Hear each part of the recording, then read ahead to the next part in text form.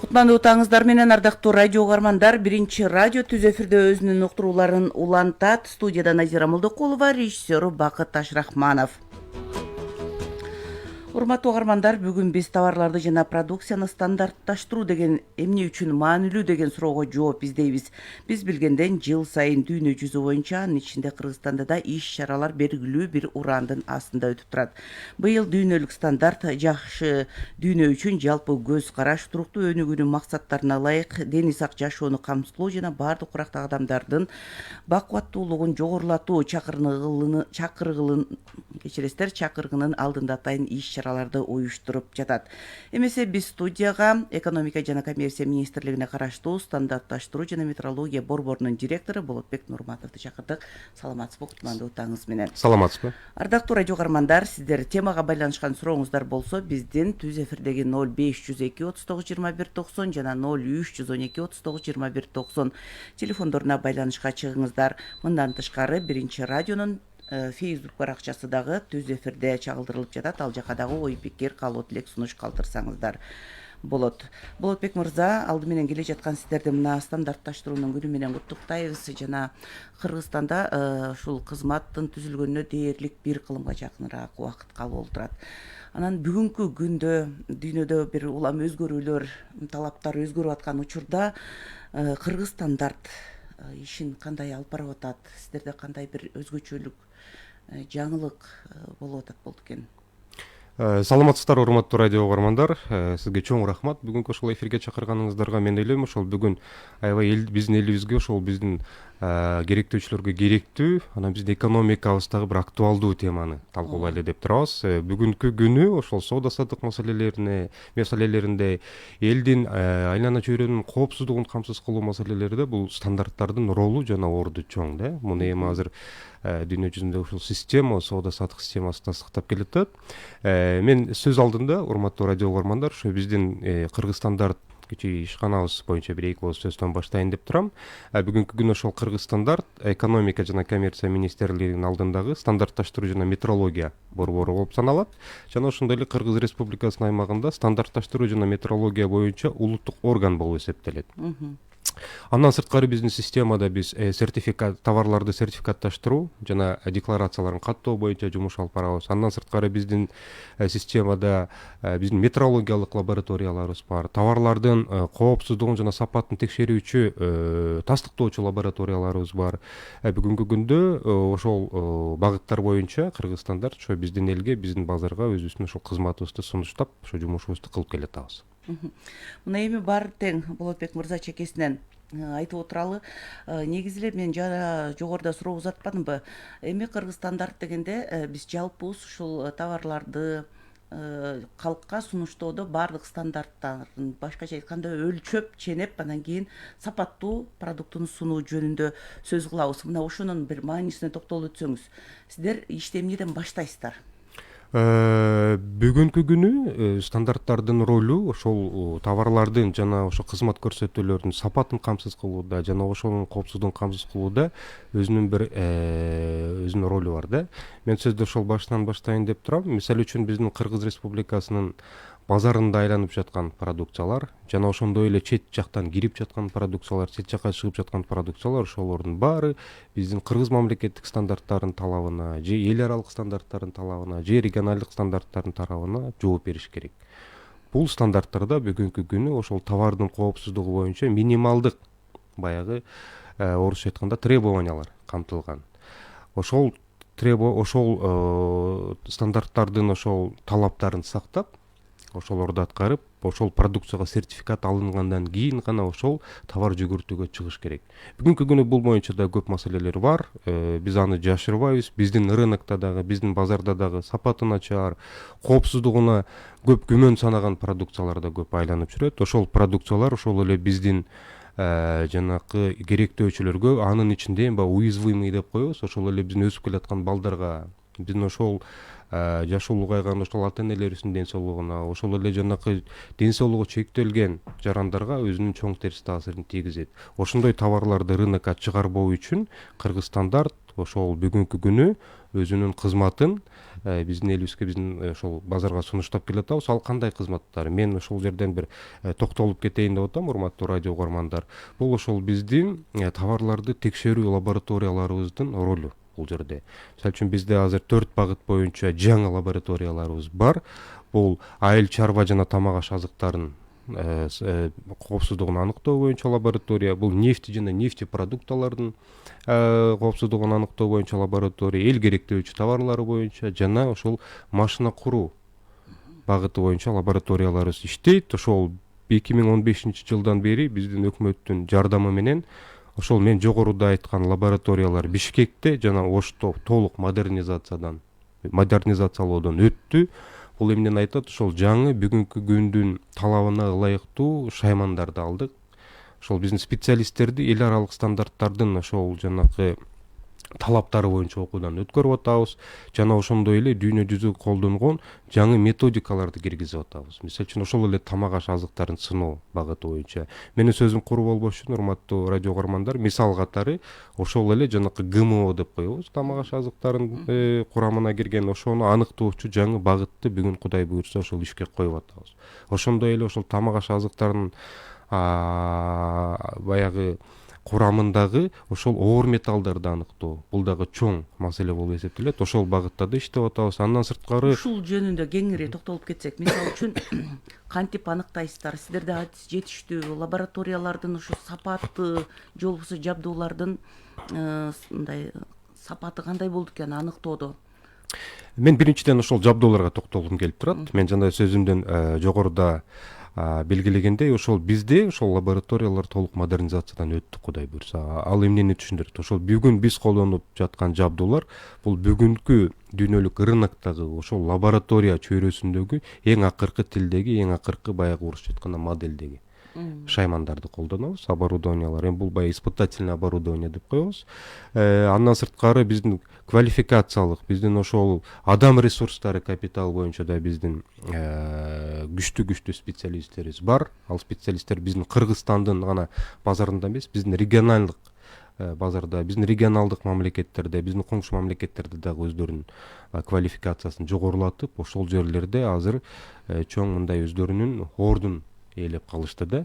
Андан сырткары бүгүнкү күндө актуалдуу маселелердин бири болуп, ошол лабораторияларды камсыз кылууда бул химиялык реагенттер болуп саналат. Бул дагы чоң маселе, себеп дегенде Кыргыз Республикасынын аймагында дээрлик химиялык реагенттер өндүрүлбөйт. Аларды биз чет мамлекеттерден сатып алабыз. Ошолорду Кыргызстанга алып келүү, ошолорду баягы сатып алуу боюнча дагы маселелер бар. Бирок ошол маселелер азыр бүгүнкү күнү ошол биздин экономика жана коммерция министрлигинин жардамы менен, биздин өкмөттүн министрлер кабинетинин жардамы менен чечилип атат.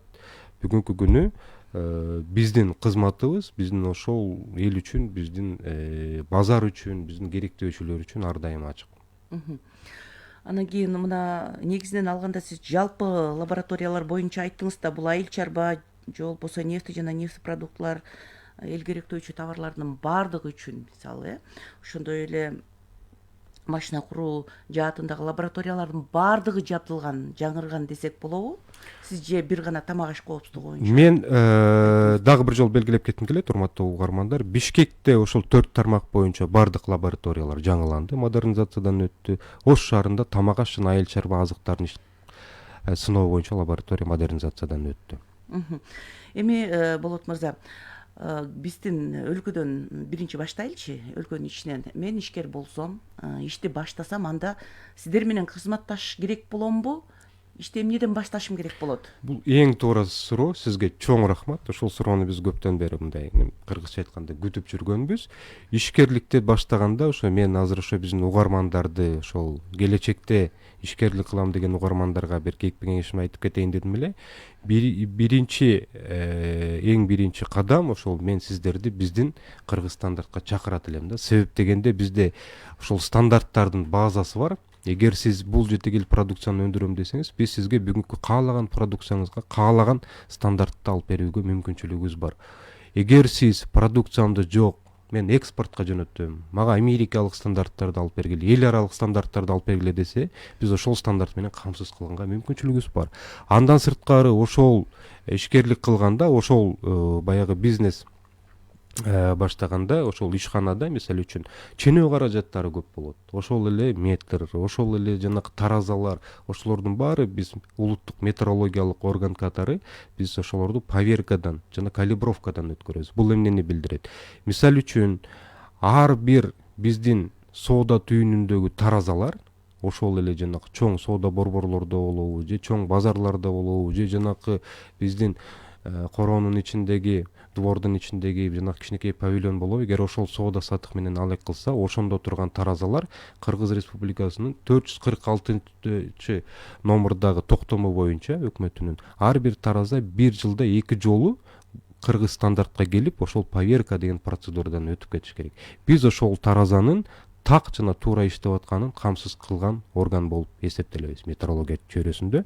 Мен ошону дагы ошол биздин радио угармандарга бир эсине салып кетет элем, ошону сиздер талап кылыңыздар. Себеп дегенде ошол сиздер акчасын төлөп алган 1 кил кум шекер же 1 кил алма ошо сиздерге туура 1 кил тартып бериш керек да. Андан сырткары мен ойлойм азыр радио угармандарга дагы аябай кызыктуу болуш керек метрология чөйрөсүндөгү топливораздаточный колонки деп коебуз. Ар бир жанагы май куюучу жайлардагы пистолеттер бир жылда 2 жолу биздин специалисттер тарабынан ошол поверка деген процедурадан өтүш керек да. Бул ошол биздин кардарларга ошол бензинди азыр орусча айтканда жанагы недолив боюнча маселе болбош үчүн. Бул боюнча да көп маселелер бар. Себеп дегенде ошол кабыл алынган стандарт боюнча 10 литр бензинге ошол недолив 25 гана грамм допускается. А бизде кээде фактылар бар 10 литрге 500 граммга чейин биздин ошол авто сүйүүчүлөр, ошол авто айдоочулар ошол бензинин ала албай калат. Ошонун баары метрология. Ошол эле биздин үйдө турган жанагы электросчётчиктер, газ счётчиктери, суу счётчиктер ошонун баары биздин кыргыз стандарттан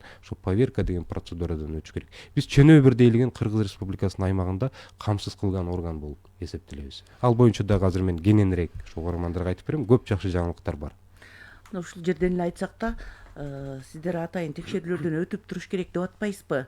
Анан сиздер келип текшересиздерби же алар өздөрү милдеттүү түрдө барыш керекпи? Бизде дагы билесиз да, мындай айткан убакта барбай койгон учурларыбыз бар. Же сиздердин колуңуздар ушул жерге чейин адистердин баары көп болуп жетеби, жетпейби?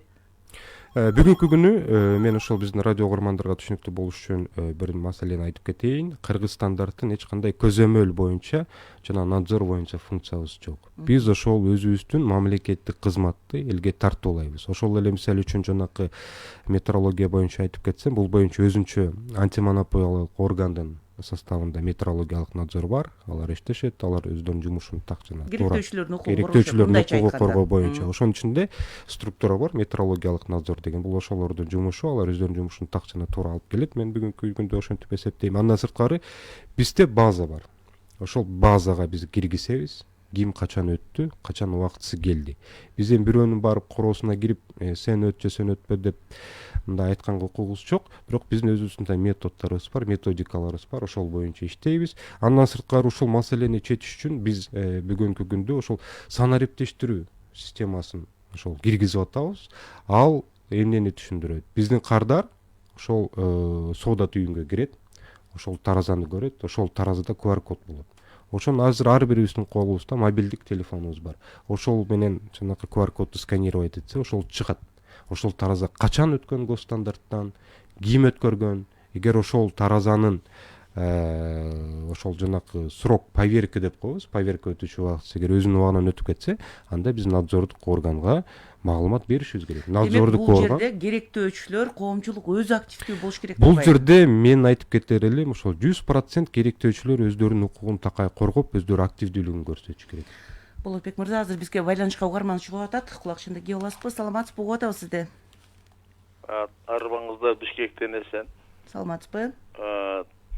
Болот мырзага бир-эки суроо бар. Биринчи метрология боюнча болчу, экинчи сапат боюнча. Болот мырза мындай элеми, сиз анча-мынча сөздөрдү айттыңыз, бирок ошол жанакы безе колонкалар, таразалар, ал ишкер сиздерге көтөрүп барып меникин текшерип бер деген заманда биз жашап аткан жокпуз да. Биз укук деген маселени айтабыз, бирок өзүбүздүн укугубузду өзүбүз тепселеп атканыбызды баа бербейбиз да. кайсыл колонка Кыргызстанда эгер 1000 колонка болсо ошонун экөөндө силердин пломбаңар жок да мына бүгүнкү күндө. Миллион тараза болсо ошонун бирөөндө да силердин пломбаңар жок да. Сиз айтып атасыз жазылган эрежелерди. А биз жашоодо таптакыр башка да. Керек болсо биз бир мезгил ушунчалык кыйын болуп кеткенбиз, госстандарт деген структураны жоюп койгонбуз. Мен оюм боюнча эң биринчи өнүккөн, өзүн сыйлаган мамлекетте эң биринчи госстандарт деген структурасы болуш керек. Керек болчу болсо жанакыл антимонополный дегендер последний керектир. А биринчи мына сиздердин кызматыңыздар керек. Себеп дегенде бул жерде ким? Эл турат. Эл сөзсүз күнүгө жок дегенде магазиндан жарым килограмм болсо да кум шекер сатып алат. Элдин укугун ойлогон биз англичанин же биз немец эмес, биз кыргыз деген элбиз да. Ошон үчүн сиз жакшы сөздөр айттыңыз, бирок ошол иш барбы? Мына маселе ушунду унутпайбы? Эжең эле жөнөкөй, электросчетчик миллиард киловатт. Миллиардтын 1% канча? Миллион киловатт болот. Миллион киловаттын 1% канча? Ошондо эле өздөрүнө алып барып, жана газовый счетчиктерди өзүнүздөр текшерет, өз текшерүүгө алып кетет. Алар кандай текшерип, канча тактык менен текшерүү жүргүзүп атат, аз өлчөмүн кылып атат. Биз ишенген бир гана орган бул госстандарт. Госстандарттан башка ишене турган билесиз жана ведомственный интерес, кызыкчылык. Алар кантип элди ойлосун. Экинчи айта турган оюм, могул жакында биофабрикалар чыгат деп атат. Дары-дармек чыгарабыз деп атат да. Эми чыгарганды баштай элек.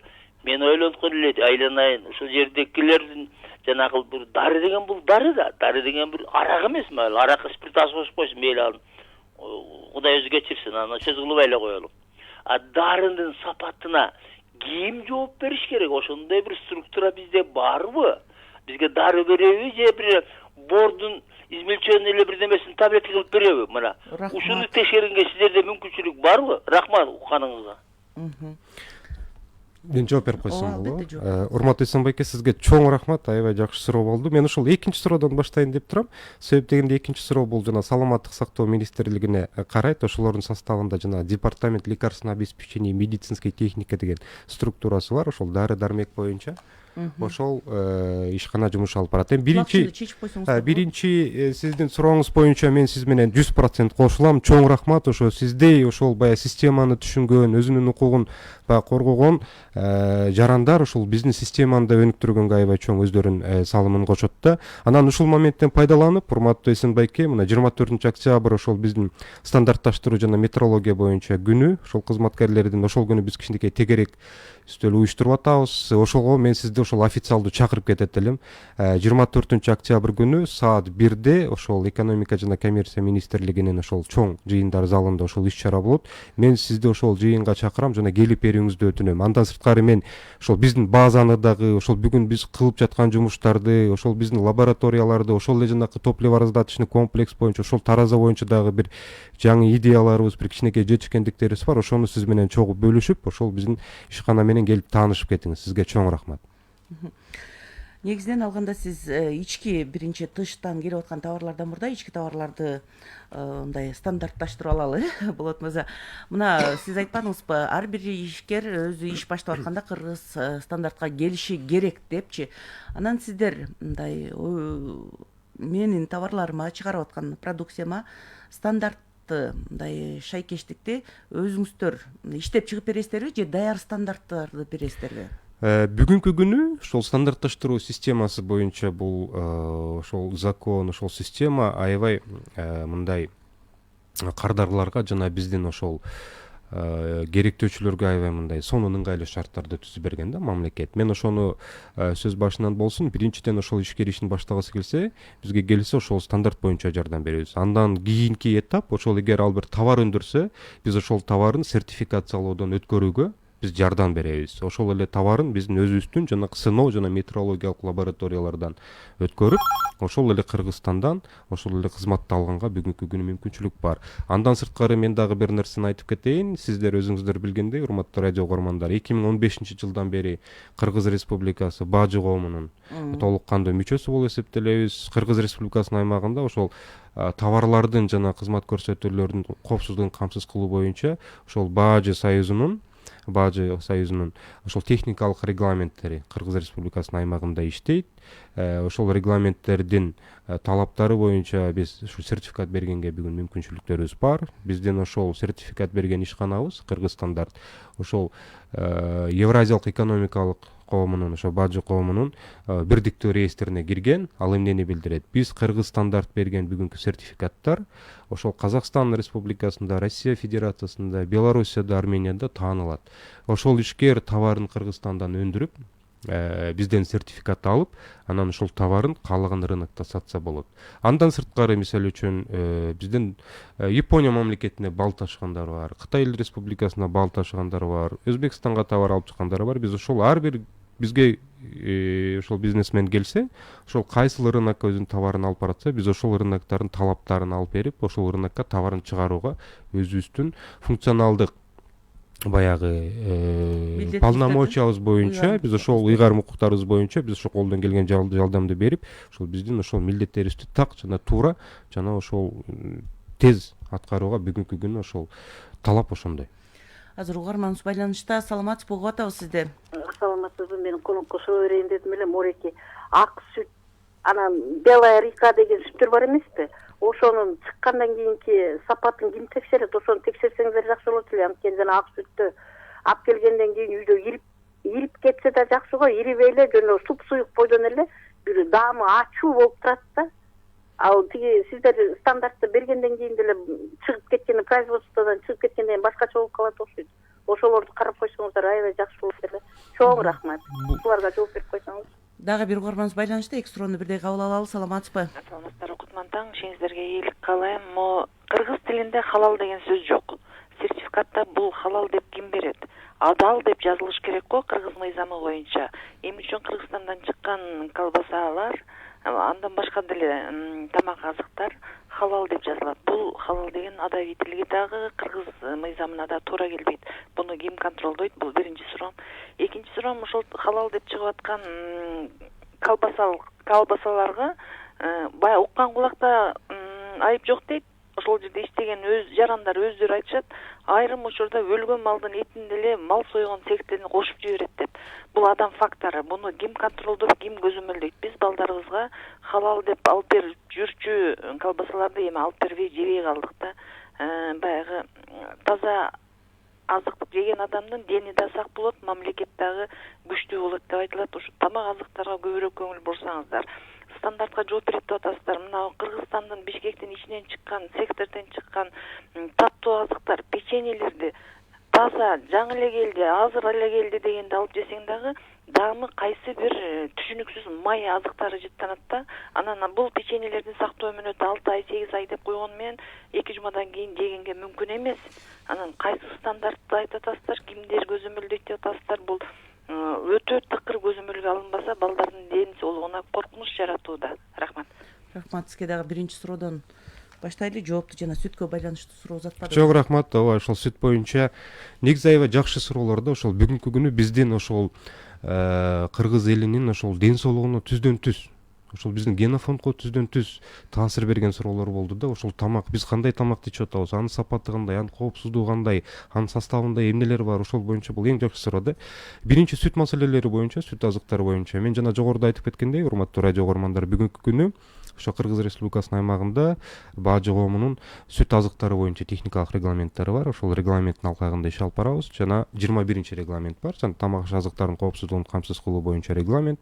Ошол регламенттин алкагында ошол бүгүнкү күнү сүт азыктардын сапат боюнча азыр сөз жок. Ал сапатка биз жете элекпиз, мен ачык айтайын. Биз ошону коопсуздук боюнча эле гарантия берет. Коопсуздук боюнча эле гарантия берет. Ошол сүттү азыр колдонуп азыр ичкенге эле. Биз азыр ошону айтып атабыз. Биз да келгилем, ошол убакыт келип жетти, мына 30 жыл өттү. Келгилем сапатты да ойлонолу. Мурдакы сапатты алып келели. жана ошол сапатты биздин эл колдонсун. Ошол ичип аткан жана колдонуп аткан тамактарына. Сүт боюнча дагы бир маселе, ошол сиз айткан Белая река, ал компания ошол жанакы Кан сүт деген торговый марка менен белгилүү баарыбызга. Ал компания ошол сертификатты бизден алат, көп жылдан бери биз менен иштешет. Эми бүгүнкү күнү кардарларга түшүнүктүү болуш үчүн тамак аш азыктары мурдакыдай сертификациялоо процессине жатпайт регламент боюнча. Буларга аябай жеңилдиктер берилген. Алар өздөрүнүн ошол коопсуздук боюнча декларациясын кабыл алат жана ошол декларациянын алкагында өздөрүнүн продукцияларын базарга алып чыгып сата беришет. Өзүңүздөр билгендей ушул биздин сүт азыктары ушул биздин жакынкы жанакы соода партнерлорубуз болгон мамлекеттерде аябай өтө мындай орусча айтканда суроо талап жогору. Анан ошол менен бирге ошол Кыргыз Республикасынын аймагында сатылып жаткан ошолордун продукциясынын сапаты боюнча дагы көп маселелер бар. Ошол көп маселелер бар алардын коопсуздугу боюнча. Эми баягы биздин ошол бүгүнкү күндөгү функциябыз боюнча биз аларга кол кабыш кылып өзүбүздүн милдетибизди аткарып келе жатабыз. Ушул эле маалда ошол тамак аш азыктарынын биздин рынокто айланып жүргөн тамак аш азыктарынын ошол коопсуздугун көзөмөлдөө боюнча Саламаттык сактоо министрлигинин составында баягы департамент санэпидемнадзора деген бар да. Вот ошолордун функциясы алар ошо базарды көзөмөлдөш керек. Ошо кандай товар сатылып атат базарда, биздин керектөөчүлөр кандай товарды алып атат, анын сапаты кандай, ал кандай шартта сатылып атат. Мисалы үчүн бир эле маселе да, мен баягы жөн эле ошо көз менен көрүп, ошол мени өкүндүргөнү, мисалы үчүн нан жана нан азыктарын карасаңыздар, бүгүнкү күнү ошол баягы тандырдан жасайт дагы велосипеддин аркасына салып алып жөнөйт. Аны биз күндө эле көрүп атабыз. Же жана жеңил машиналердин багажына салып алат. Бул стандарт деген сөз даже бул жерде жакын жок. Ошол тамак аш азыктарынын өзүнчө стандарттары бар. Кандай транспортировкалаш керек, ошолорду кандай сакташ керек, ошолордун жанакы торговый полкаларда кандай, мисалы үчүн кандай расположение болуш керек. Кээ бир магазиндерге кирсеңиздер, самындын жанына шекерди же нанды коюп коет. Бул товарный соседство деген бар. Ошолор эч кандай сакталбайт да. Ошо биздин рынокто ошо көзөмөл таптакыр жок болуп атат. Ошондон анан биздин баягы орусча айтканда недобросовестный жанакы производительдер, бизнесмендер ошондон колдонуп, анан биздин элибиз жана сапатсыз, коопсуздугуна кепилдик жок, күмөн бар продукцияларды алып атышат да. Экинчи суроо боюнча да мен ошо жооп берип кетейин дедим эле. Бул халал боюнча бул эң жакшы суроо да. Кыргыз эл илгертен эле адал деп эле келгенбиз.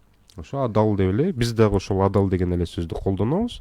Бүгүнкү күнү ошол экономика жана коммерция министрлигинин алдында ошол халалды өнүктүрүү боюнча өзүнчө центр бар. Халал боюнча политиканы ошол орган иш алып барат. Биздин Кыргызстанда халал боюнча жанакы сертификат бергенге мүмкүнчүлүгүбүз бар. Бизге кайрылган ишканалар көп. Ошол халал боюнча сертификат алабыз деп, адал боюнча сертификат алабыз деп. Бирок бизге кайрылган ар бир эле бизнесмен бизден сертификат ала албайт. Себеп дегенде бизде көп фактылар бар. Ошолордун жанакы процесстери, производственный процесс деп коебуз. Же ошолордун жанакы системасы бизден өтпөйт. Талапка жооп бербейт. Мен дагы ушул жерден бир кошумчалап кетчү нерсе, урматтуу радио угармандар, халал сертификатын биз бүгүнкү күнү кандай кылып беребиз? Биз Кыргызстан диний мусулмандар башкармалыгы менен договорубуз бар. Биз өндүрүшкө барабыз. Биз ошол товардын технологиялык коопсуздугуна жооп беребиз. Ошол биздин мусулмандар башкармалыгы, диний мусулмандар башкармалыгы, ал ошол шарият жагын карашат. Анан ошол биз берген сертификатта, мисалы үчүн ошол ишкер бизден сертификат алса, ошол жерде эки кишинин колу бар. Ошо биздин урматтуу муфтийдин колу бар. Ал ошол жана шарият жагына жооп берет да, биз товардын жана коопсуздугуна жооп беребиз. Бизден мен дагы бир нерсени айтып кетейин, бир мүнөттө маалымат. Кыргызстандын аймагында бизден сырткары дагы жеке менчик ишканалар, жеке менчик уюмдар халал сертификатын берип жүрөт. Ошол эле учурда Алмагүл эжеге айтып өтсөк, ушул экономика жана коммерция министринин астындагы адал индустрия борборунун жетекчиси дагы биз адал деген сөздү колдонобуз. Бул Кыргызстандын ичинде өтөт. Андан тышкары, эгерде биз продукцияны экспорттой турган болсок, эл аралык мындай алкакта халал деп таанылган.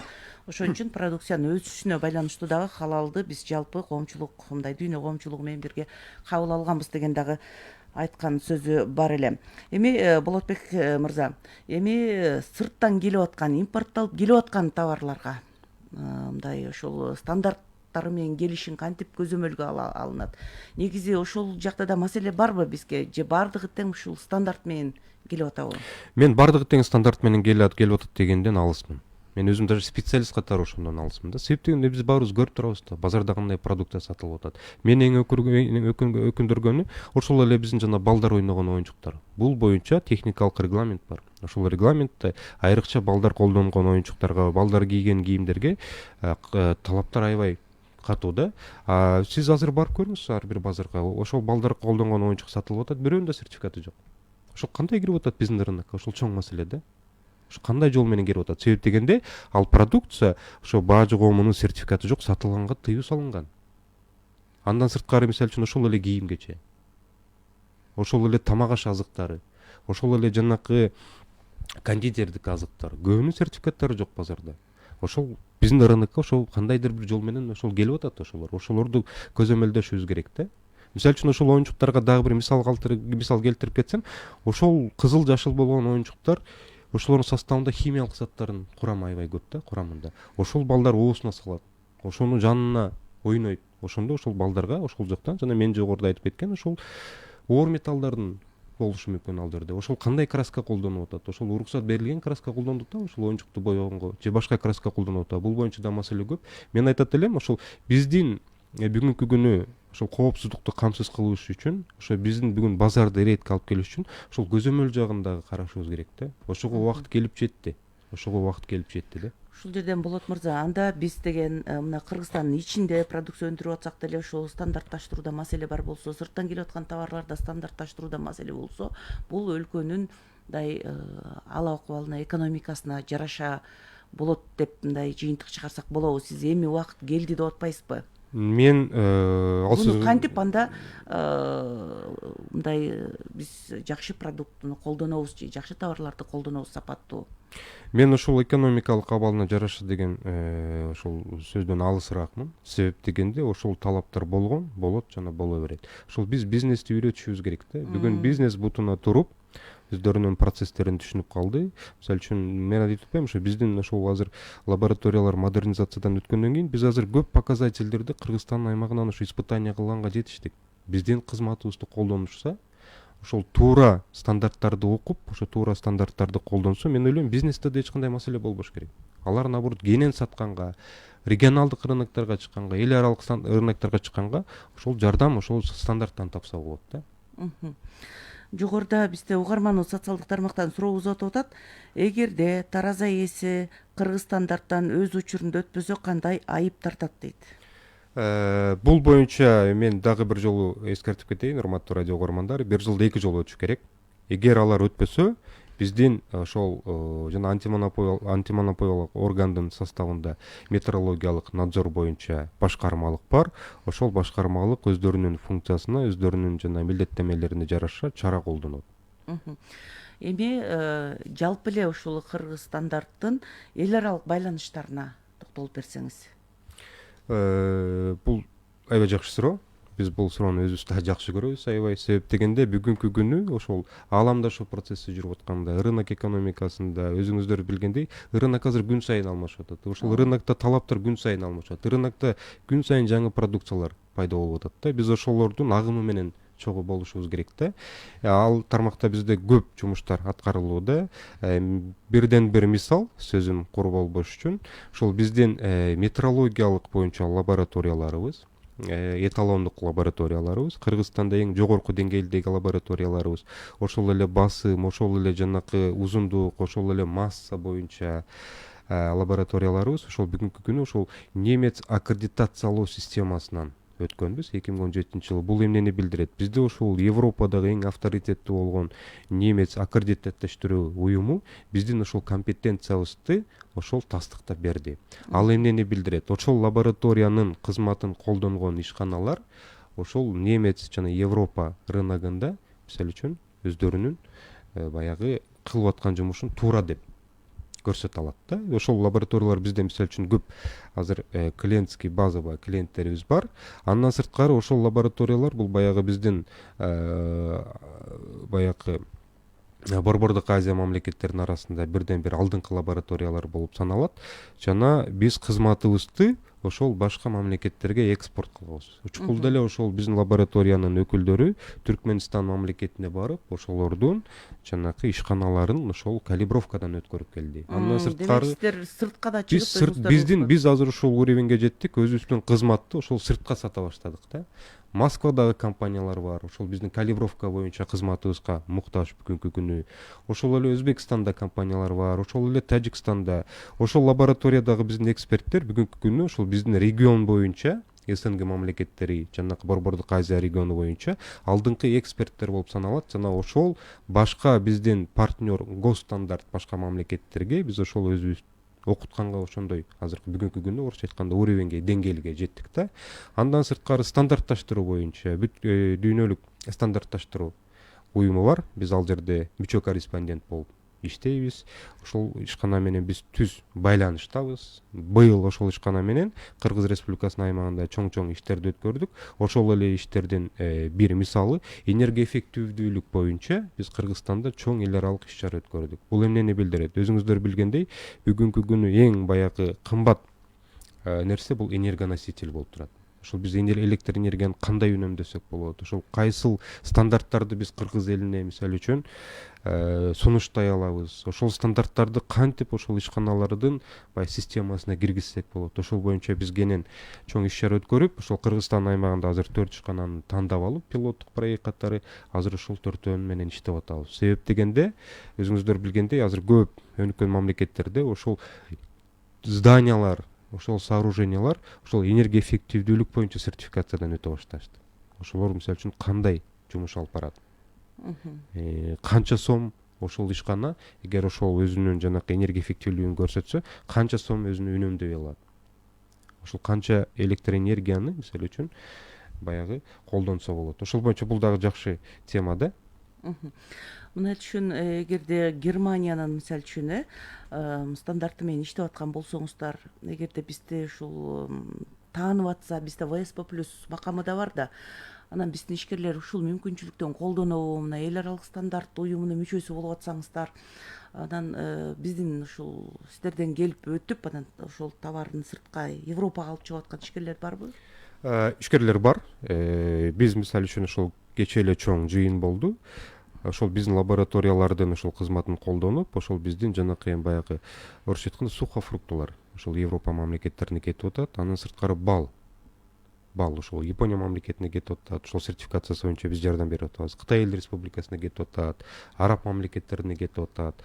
Андан сырткары СНГ мамлекеттерине ошол биздин сертификаттарды алып түздөн түз иштеп аткан ошол эле эт жана эт азыктары, ошол эле сүт жана сүт азыктары, сырлар, ошонун баары ошол биздин специалисттер ошол ишканаларга көмөк көрсөтүп, ошолордун товарларын сертификациядан өткөрүп берип, ошолордун продукцияларын биздин лабораториялардан испытаниядан өткөрүп берип, анан ошолорду экспортко чыгарганга биз мындай өзүбүздүн кол кабышты кылып келебиз да. Себеп дегенде өзүңүздөргө белгилүү болгондой, бул экспорт бүгүнкү күнү ошол Кыргыз Республикасынын өнүктүрүү боюнча бирден бир приоритет болуп эсептелет. Ошол биздин продукциялар ошол биздин жакынкы жана алыскы рыноктарда өзүнүн сапаты боюнча, өзүнүн коопсуздугу боюнча эле бир алдыңкы орусча айтканда полкаларда туруш керек да. Жанагы жогоруда айтып өтпөдүңүзбү, нанды ташууда дагы өзүнүн бир эрежелери, нормалары сакталбай атат деп, жана ошол эле нанга келсек, жөнөкөй эле күнүмдүк жашоодо колдонуп аткан, ар дайым колдонуп жүргөн. Бүгүн нанды чыгарып аткан ишкерлер, метрология бул өлчөө деген илим да эми, ошону өлчөтүп стандарты болуш керекпи? Мисалы үчүн нанды жаап, бышып, даярдап атканда анын граммы канча болуш керек? Ушундай суроолор менен кайрылган учурлар болобу бизде коомчулукта же болбосо керектөөчүлөр?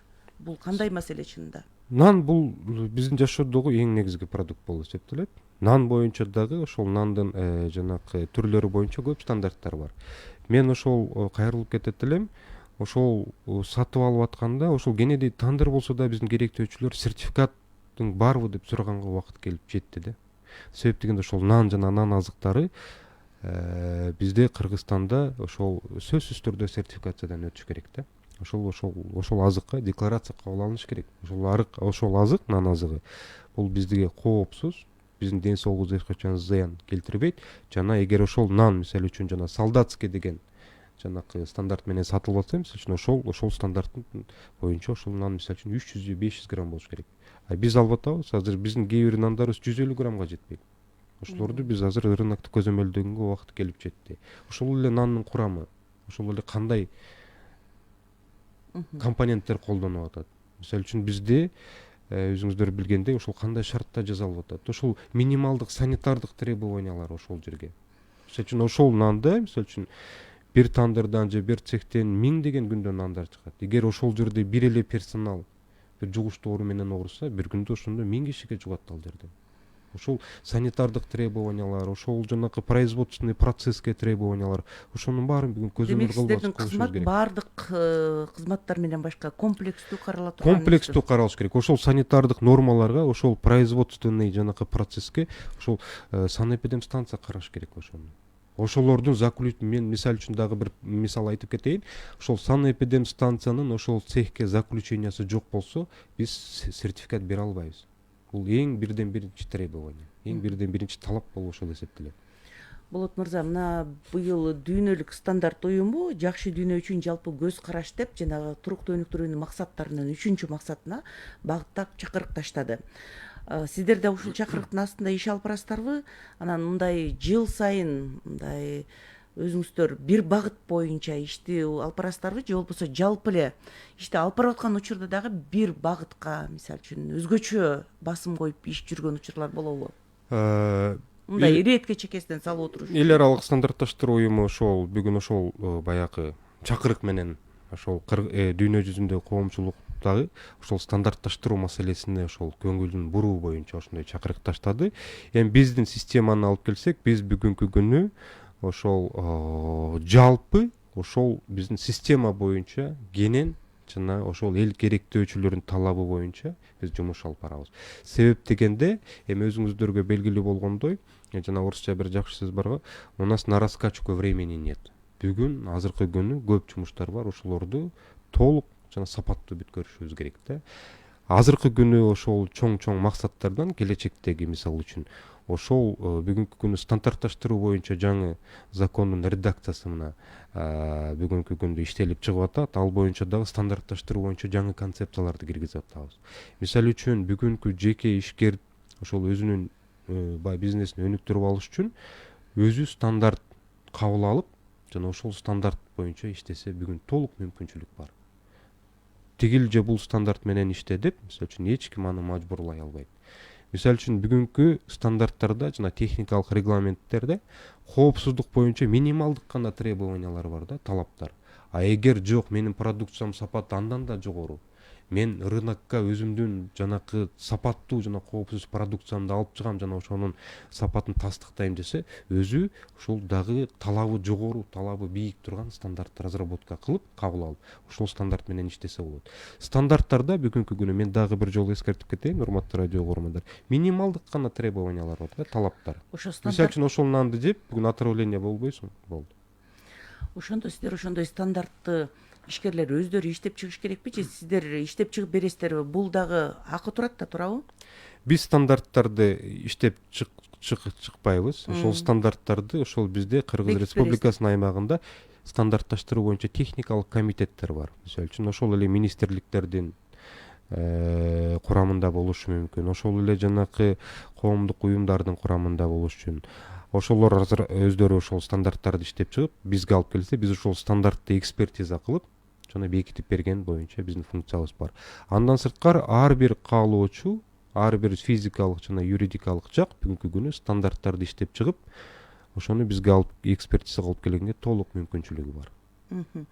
Мына 24 октябрда уюштурула турган жанагы тегерек үстөлдөгү талкуунун темасы кандай болуп атат? Негизги көтөргөн ошол жердеги биз быйыл ошол жерден ошол биздин партнерлорду чакырып, негизи эле ошо кызыктар, талаптарды чакырып, ошол стандартташтыруу жана метрология системасынын актуалдуу маселелери деген теманы коюп атабыз да. Себеп дегенде бүгүн ошол биздин кошуна мамлекет тараптан, башка рыноктардан стандартташтыруу метрология сертификация боюнча чоң чакырыктар бар. Ошол чакырыктарды, ошол жаңылыктарды чогуу ошол жерден талкуулап, анан биздин кийинки пландарыбызга ошол иштерди киргизиш керек да. Бул кандай иштер? Ошол эле биздин метеорологиялык бүгүнкү күнү ошол метеорологиялык лабораторияларыбызды модернизациядан өткөрүү боюнча бирден бир мисал бул эмнени түшүндүрөт. Мисалы үчүн өзүңүздөр билгендей биздин чоң жанакы таразаларды жүктөрдү текшерүүчү биздин жана весогабаритный пункт деп коебуз. Кыргызстандын аймагында ошондой пункттар бар. Ошолордо чоң машиналарды жана жүк ташуучу машиналардын жанакы салмагын текшерүү боюнча 80 тонналык, 100 тонналык таразалар бар. Бүгүн ошол таразаларды текшерүү боюнча биздин техникалык жанакы абалыбызга мисалы үчүн бүгүнкү күндүн талабына ошол жооп берүү боюнча көп маселелер бар. Андан сырткары өзүңүздөр билгендей жанакы биздин радио угарманда айтып кетти Эсенбайке эң жакшы маселени ошол жанакы электр энергиянын ошол эсептөө боюнча. Өзүңүздөр билгендей Кыргызстанда жыл сайын миллиарддаган ошо киловатт час электр энергия өндүрүлөт жана сарпталат. Ошолорду туура жана так эсептөө боюнча бүгүнкү күнү жаңы орусча айтканда умный счетчиктер деп атабыз, ошолорду поверка кылуу боюнча. Себеп дегенде ошол электросчетчик эгер туура эмес иштесе, кардар тарапка иштесе, анда мамлекет ошол жерден утулат. А эгер ошол электросчетчик берки тарапка иштесе, анда ошол кардар өзүнүн чындыгынан ашык тыйынын төлөп калат да. Ошон үчүн биз мындай арбитр катары ошол метеорологиялык лаборатория, метеорологиялык орган катары биз ошонун туура иштесин тастыктап жана поверка кылып беришибиз керек да.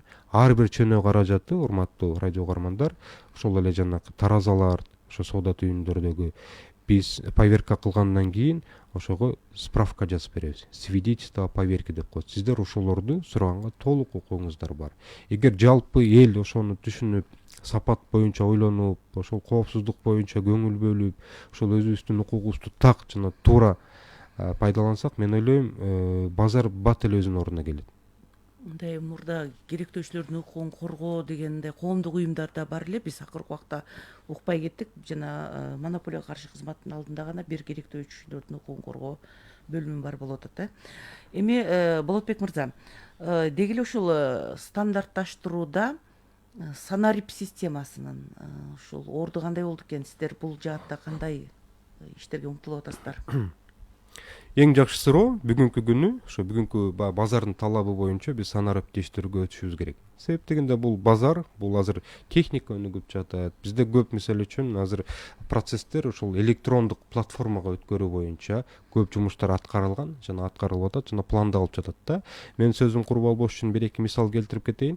Бизде бүгүн ошол интернет магазин, ошо стандарттарды сатуу боюнча интернет магазинибиз бар. Ал эмнени түшүндүрөт?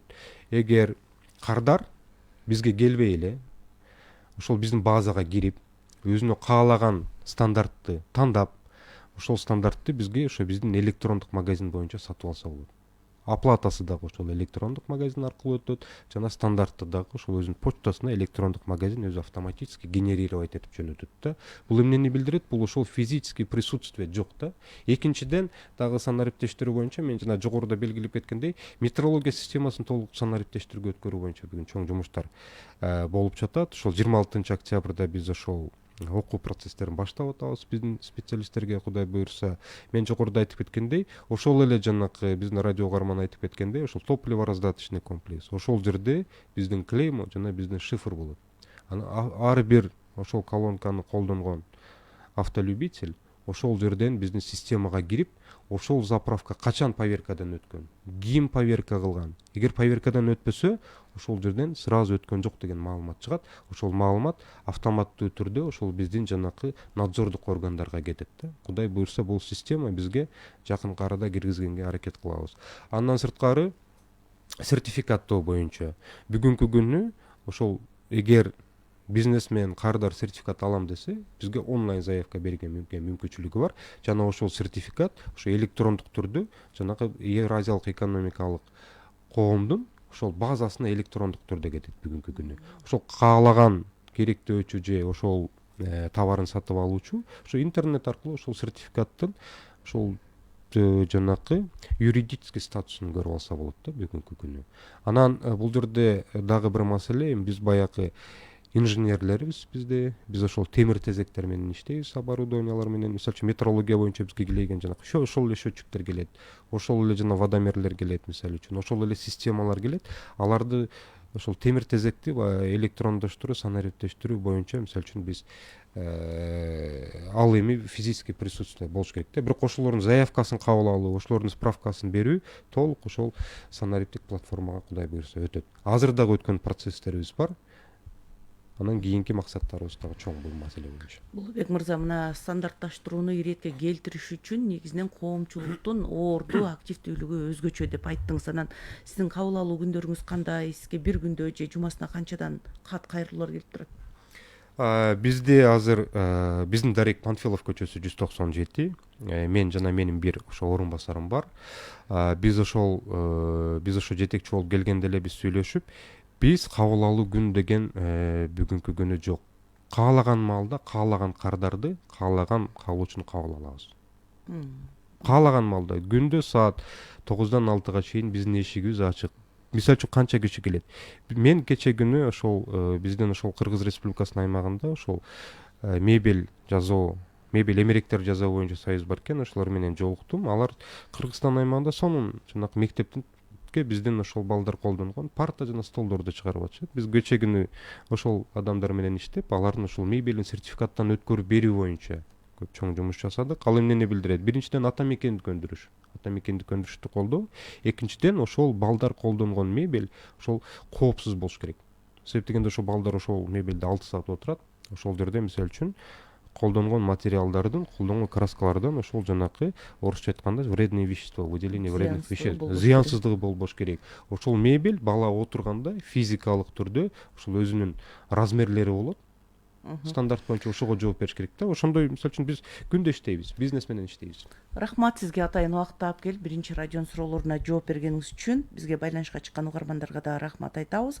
Ардактуу радио угармандар, бүгүн биздин студияда экономика жана коммерция министрлигине караштуу стандартташтыруу жана метрология борборунун директору Болотбек Нурматов суроолорубузга жооп берди. Ушуну менен Таң Кыргызстан маалымат алуу программасы соңуна чыкты. Аны мен Назира Молдокулова алып бардым. Режиссеру Бакыт Ашрахманов.